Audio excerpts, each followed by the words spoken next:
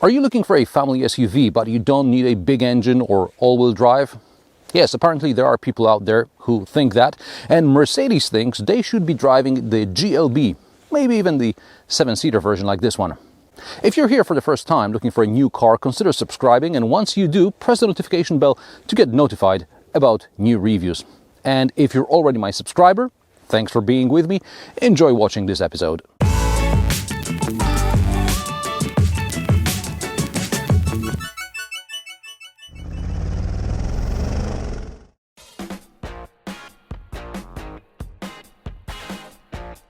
My first thought about the GLB was, that's probably a B-class, but more of an SUV. Nothing of the sort. In terms of dimensions, the GLB is very close to the GLC. However, as Mercedes explains, the GLB is addressed to families, among others because it has the 7-seater option, and also you're not forced to pay more for a bigger engine or all-wheel drive. Don't worry, Mercedes will skin you anyway. But if doing school runs in a Chelsea tractor is no longer en vogue in your gated community, Mercedes has your back with a lawnmower.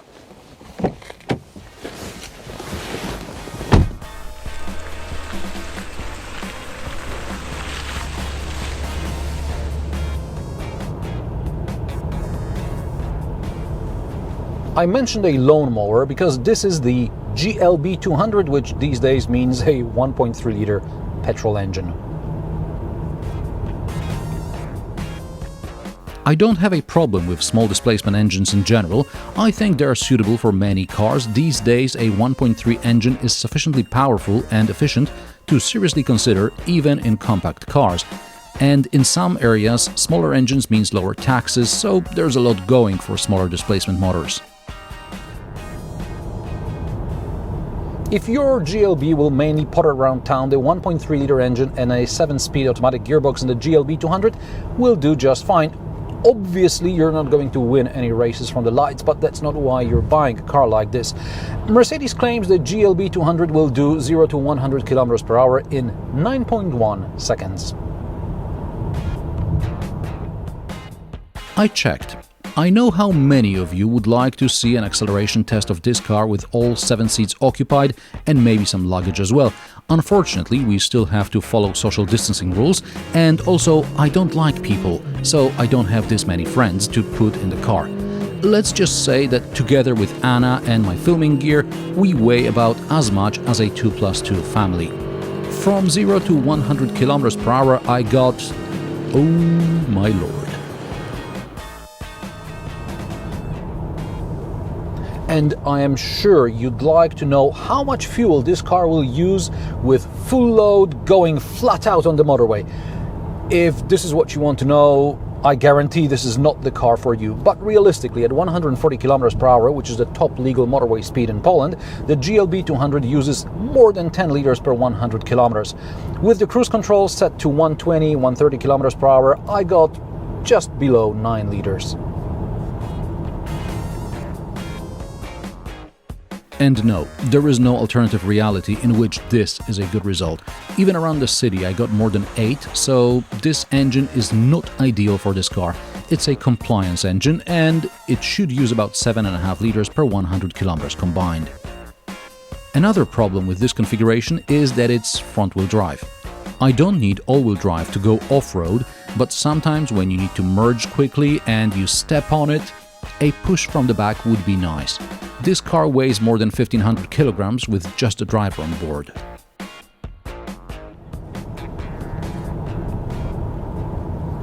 Assuming you are not planning frequent long motorway journeys, you may consider the GLB 200 4MATIC, but realistically I'd go for the GLB 250 4MATIC unless you do a lot of motorway driving, because then you should get a diesel, or maybe you should just opt for the GLC after all. I mean, this is getting complicated.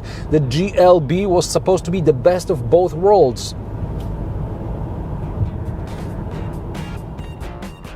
Other engine options are the GLB 180, which is a 1.3-liter petrol with 136 horsepower with a manual gearbox, the GLB 200 4MATIC with an 8-speed double-clutch transmission, the GLB 250 4MATIC 2 liters 224 horsepower, and the AMG GLB 35 4MATIC 306 horsepower.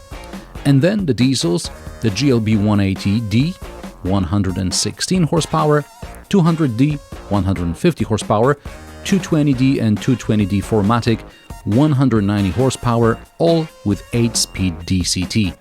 Depending on the engine variant, the GLB can tow up to 2 tons. The GLB 200 sounds very rough when the engine's cold. Later on, it's quite pleasant to drive, even on the motorway. The car is very comfortable, it doesn't bother you, which is a quality some people are looking for in a car. Driver aids make longer journeys hassle-free. The seats are comfortable, visibility is good.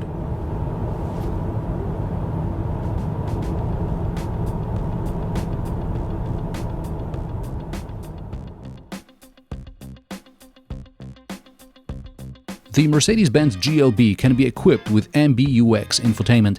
This is split into several items, so some cars can have more functions than others. If you're using factory sat-nav, you can get something called the augmented reality. As you approach a turn, you'll see a live image from the front camera with arrows showing you where you're supposed to turn. The system should also display the view from the camera when you're standing close to the lights, so you see when it changes from red to green, but in this test car for some reason that doesn't seem to work. You can control the MBUX with voice commands, with touchpads on the steering wheel, as well as another touchpad on the center console, or simply by touching the screen. You can program various settings depending on the driver, time of the day or destination. For example, different ambient lighting and music when you're driving to work, and different when you're taking a road trip.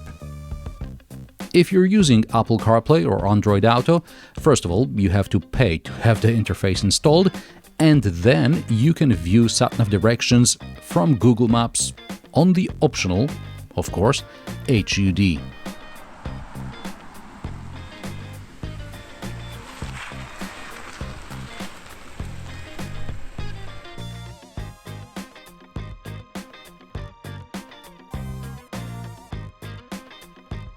Door pockets are large, storage under the armrest is decent, there are 2 USB-C ports inside, the glove box is average size, the phone cubby is, as usual, behind the cup holders, and the third front USB-C port is kinda loose in this model. A few times upon heavier braking, the phone would pull on the cable and Android Auto would disconnect. Doors cover the sills, so your small football team or your friends won't get their trousers dirty while getting in. There's definitely more room back here than in the GLA or even the B class. The rear seat slides and the seat splits 60-40, but the adjustable backrest splits 40-20-40. There are ISOFIX mounting points on the side seats. Door pockets accommodate bottles. There are also a couple of cup holders and 2 USB-C ports under the air vents. Another 2 USB-C ports and 2 ISOFIX mounting points are in the optional third row of seats. Access is difficult, but once I got in there, it was more comfortable than I expected. I recently sat in the refreshed Peugeot 5008 third row, and although access was better, the space was tighter.